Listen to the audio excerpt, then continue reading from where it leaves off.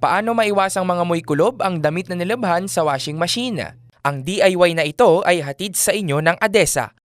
Hindi porkit naka-washing machine ka na ay hindi mo na aayusin ang iyong paglalaba. Kaya narito ang ilang hakbang para maiwasang mag-amoy-kulob ang damit na iyong isusuot. Una, huwag iwanang nakababad ang damit sa tubig. Ikalawa, gumamit ka ng tamang dami ng detergent. Gumamit ka rin ng fabric conditioner upang magkaroon ng scent ang damit. Ikatlo, iwasang i-overload ang washing machine. Ikaapat, banlawan ng maigi ang mga nilabhan. Siguraduhin mong wala ng sabon o detergent na naiwan.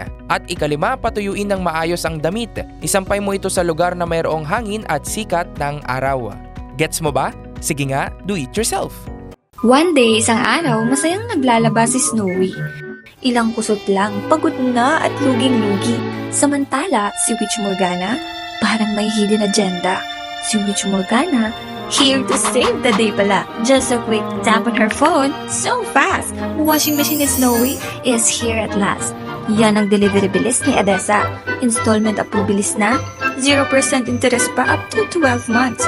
Sa ADESA installment, kaya-kaya.